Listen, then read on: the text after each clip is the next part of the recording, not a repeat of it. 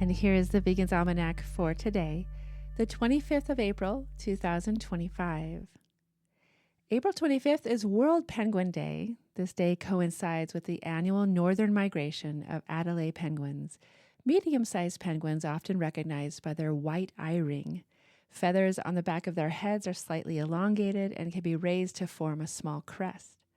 Adelaide penguins migrate north during the Antarctic winter, primarily following the expanding pack ice as it moves away from the breeding grounds.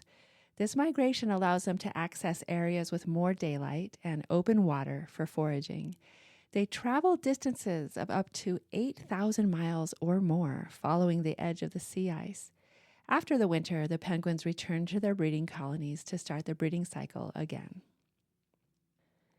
It's the birthday of Michael Aufhauser, born on this day in 1952. Michael Aufhauser is a German animal rights activist. After observing the killing of stray dogs in 1991, Aufhauser became actively involved in animal welfare. In 2000, he established Gut Aderbrici in Austria, an animal sanctuary. Michael Aufhauser, who said, "By dealing with animals with understanding, we learn how to deal with those who are weaker. After all, they are essentially defenseless.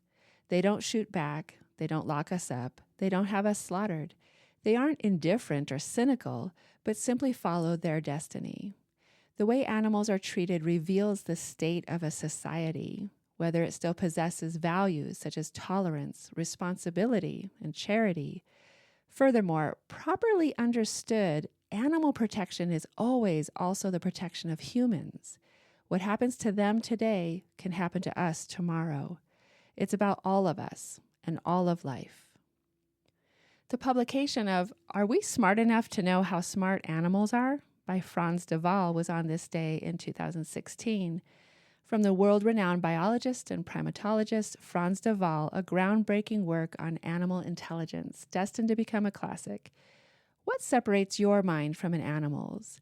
Maybe you think it's your ability to design tools, your sense of self, or your grasp of past and future, all traits that have helped us define ourselves as a planet's preeminent species. But in recent decades, these claims have been eroded or even been disproven outright by a revolution in the study of animal cognition.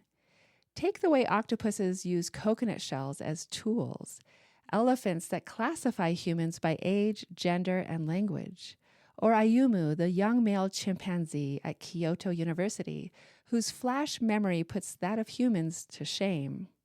Based on research involving crows, dolphins, parrots, sheep, wasps, bats, whales, and of course chimpanzees and bonobos, Frans explores both the scope and the depth of animal intelligence.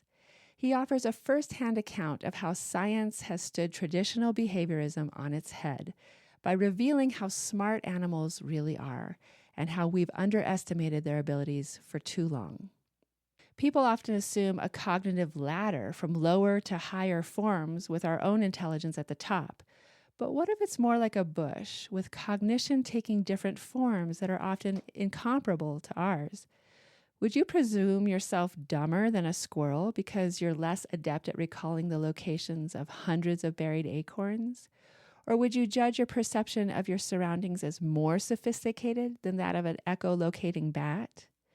Duvall reviews the rise and fall of mechanistic views of animals and opens our minds to the idea that animal minds are far more intricate and complex than we have assumed. Duvall's landmark work will convince you to rethink everything you thought you knew about animal and human intelligence.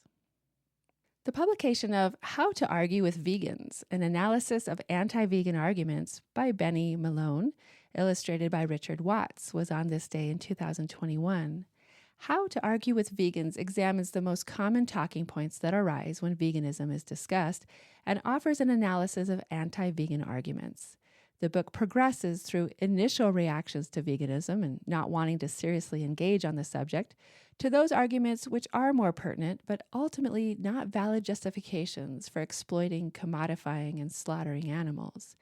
For vegans, it will prove useful in how to answer many questions, and non-vegans will find it an engaging challenge to their attitude to other animals. And here is the introduction to the poem In Youth I Have Known One by Edgar Allan Poe. How often we forget all time when lone admiring nature's universal throne, her woods, her wilds, her mountains, the intense reply of hers to our intelligence. In Youth I Have Known One by Edgar Allan Poe. This has been the Vegan's Almanac with the reminder that intelligence recognizes intelligence in the other.